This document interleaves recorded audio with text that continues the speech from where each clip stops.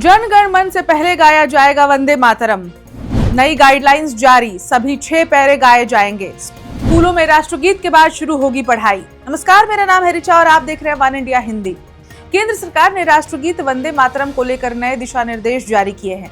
गृह मंत्रालय ने 28 जनवरी के आदेश में कहा है कि अब सरकारी कार्यक्रमों, स्कूलों या अन्य औपचारिक आयोजनों में वंदे मातरम बजाया जाएगा। इस दौरान हर व्यक्ति का खड़ा होना अनिवार्य होगा।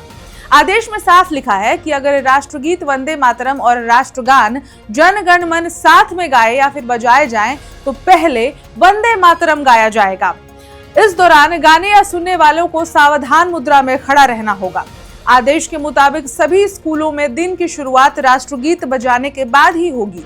नए नियमों के अनुसार राष्ट्रगीत के सभी 6 अंतरे गाए जाएंगे, जिनकी कुल अवधि 3 मिनट 10 सेकंड है। अब तक मूल गीत के पहले 2 अंतरे ही गाए जाते थे, यानी कि अब आपको 3 मिनट 10 सेकंड तक सावधान मुद्रा में खड़ा रहना होगा। कब कब इसे गाना कंपलसरी है, ये बताने से पहले इससे जुड़े इंटरेस्टिंग फैक्ट्स जान लीजिए। बंकिम चंद्र चटर्जी, जिन्हें बंकिम चंद्र चट्टोपाध्याय भी कहा जाता है, उन्होंने 1875 में इसे लिखा था। आनंद मठ में पहली बार ये छपा था। भारत के राष्ट्रगीत वंदे मातरम को बंकिम चंद्र चटर्जी ने 7 नवंबर 1875 को अक्षय नवमी के पावन अवसर पर लिखा था। यह 1882 में पहली बार उनकी पत्रिका बंग दर्शन में उनके उपन्यास आनंद मठ के हिस्से के रूप में छपा था। 1896 में भारतीय राष्ट्रीय कांग्रेस के अधिवेशन में रविंद्रनाथ टैगोर ने मंच पर वंदे मातरम गाया। ये पहला मौका था जब ये गीत सार्वजनिक रूप से राष्ट्रीय स्तर पर गाया गया। सभा में मौजूद हजारों लोगों की आंखें नम हो गई थी। वंदे मातरम एक संस्कृत वाक्यांश है जिसका मतलब है, हे माँ, मैं तुम्हें नमन करता हूँ। स्वतंत्रता संग्राम के दौरान वंदे मातरम भारत को औपनिवेशिक शासन से मुक्त कराने के संघर्ष कर रहे स्वतंत्रता सेनानियों का नारा बन गया था। आपको बता दें कि आदेश में यह भी कहा गया है कि किन किन मौकों पर राष्ट्रगीत गाया जा सकता है। इसकी पूरी लिस्ट देना संभव नहीं है, हालांकि ये पहली बार है जब राष्ट्रगीत के गायन को लेकर डिटेल में प्रोटोकॉल जारी कर दिए गए हैं। केंद्र इस समय वंदे मातरम के 150 साल पूरे होने के उपलक्ष्य में कार्यक्रम मना रहा है। राष्ट्रपति के आगमन और झंडारोहण जैसे कार्यक्रमों में गाया जाएगा।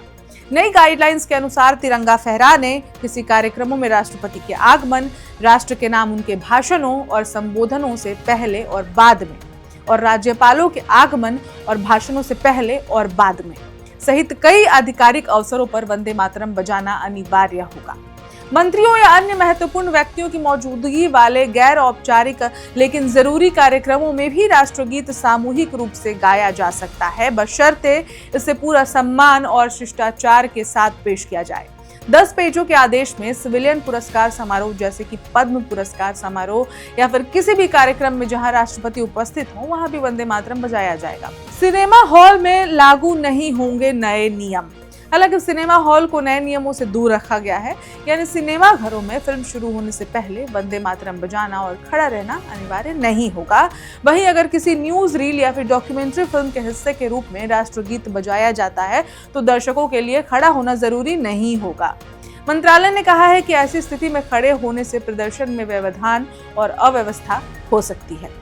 मंत्रालय ने कहा है कि अब से राष्ट्रगीत का आधिकारिक संस्करण ही गाया या बजाया जाएगा और इसे सामूहिक गायन के साथ प्रस्तुत किया जाएगा। इस खबर में इतना ही, लेकिन सरकार के इस नए फैसले से आप क्या सोचते हैं, इस पर आपकी क्या राय है, हमें कमेंट में जरूर बताएं और देखते रहें वन इंडिया हिंदी।